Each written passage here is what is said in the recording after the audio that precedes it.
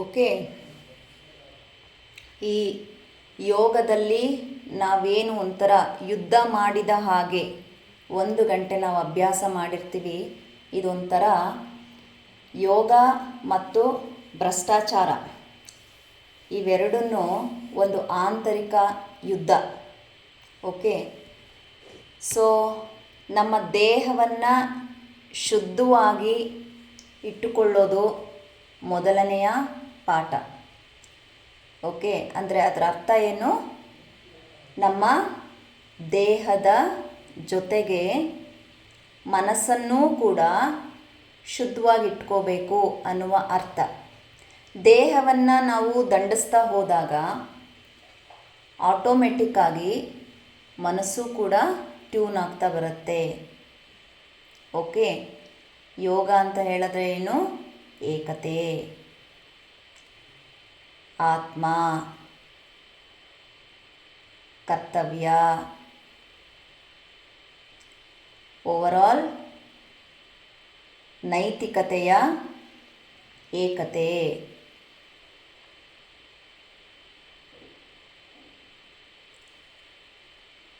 ನಾವು ಪೊಲೀಸ್ನವರಾಗಿ ಜನರ ರಕ್ಷಣೆಯನ್ನು ಮಾಡುತ್ತೇವೆ ಅಂತ ಹೇಳಿ ಪ್ರಮಾಣವನ್ನು ಮಾಡಿದ್ದೇವೆ.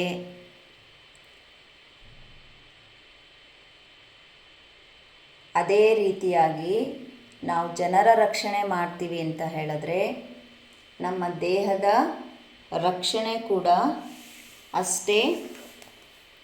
ರಕ್ಷಣೆಗೂ ಕೂಡ ಅಷ್ಟೇ ಆದ್ಯತೆಯನ್ನು ನೀಡುವಂಥದ್ದು.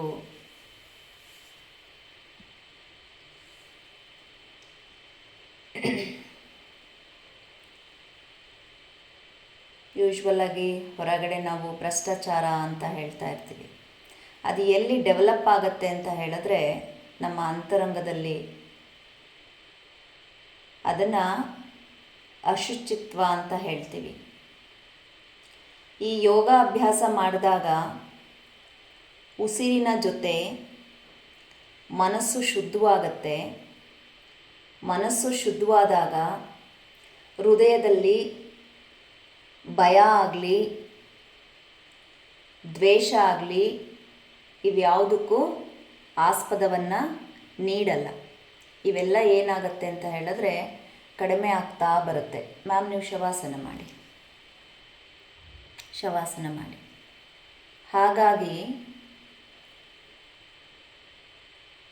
ನಾವೇನಿವತ್ತು 1 ಅವರ್ ಹಾರ್ಡ್ ವರ್ಕ್ ಮಾಡಿದ್ದೀವಿ, ಇದು ಶರೀರ ಮಾತ್ರ ಅಲ್ಲ, ಮನಸ್ಸನ್ನು ಕೂಡ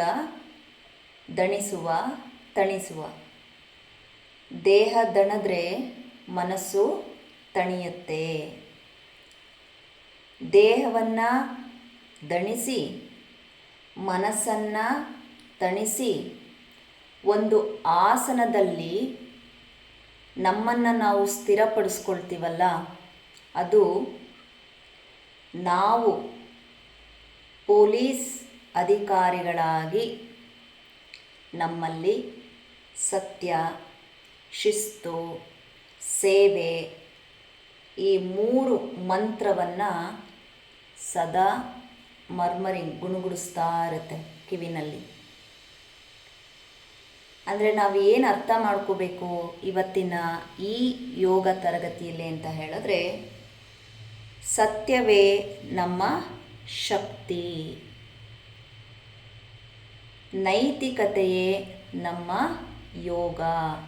ಇವತ್ತು ಈ ತರಗತಿಗೆ ನಾನು ನಿಮಗೆ ಕೋಟ್ ಮಾಡ್ತಾ ಇರುವಂಥದ್ದು ಅಥವಾ ಹೇಳ್ತಾ ಇರುವಂಥದ್ದು ಅಥವಾ ಅದನ್ನು ನೀವು ಮಂತ್ರ ಅಂತನಾದರೂ ಅಂದ್ಕೊಳ್ಳಿ, ಸತ್ಯವೇ ನಮ್ಮ ಶಕ್ತಿ, ನೈತಿಕತೆಯೇ ನಮ್ಮ ಯೋಗ.